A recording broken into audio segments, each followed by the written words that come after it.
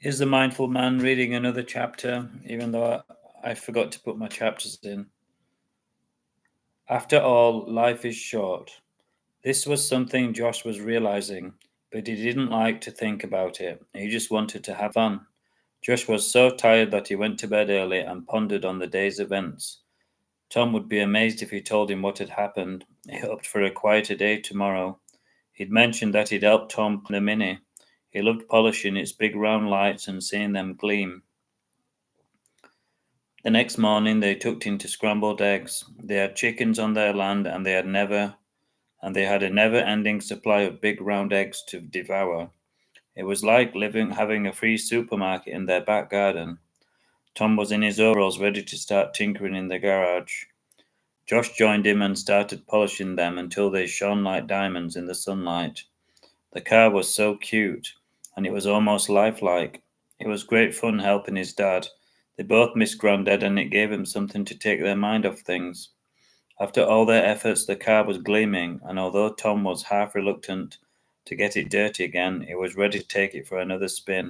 It didn't matter that he didn't have a clue where they were going. The most important thing was to go. Josh sat next to him on the front seat and marveled at the sparkling windscreen. It was another lovely day, and they were determined to make the most of it.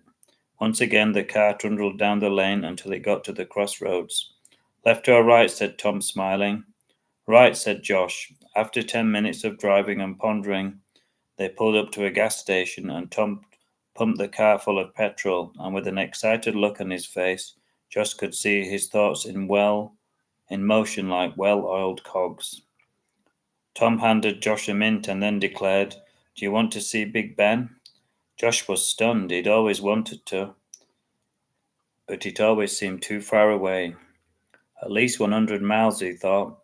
It was exciting as they got nearer and the signs flew by, and soon they were witnessing the sounds they had only seen on the TV or on postcards.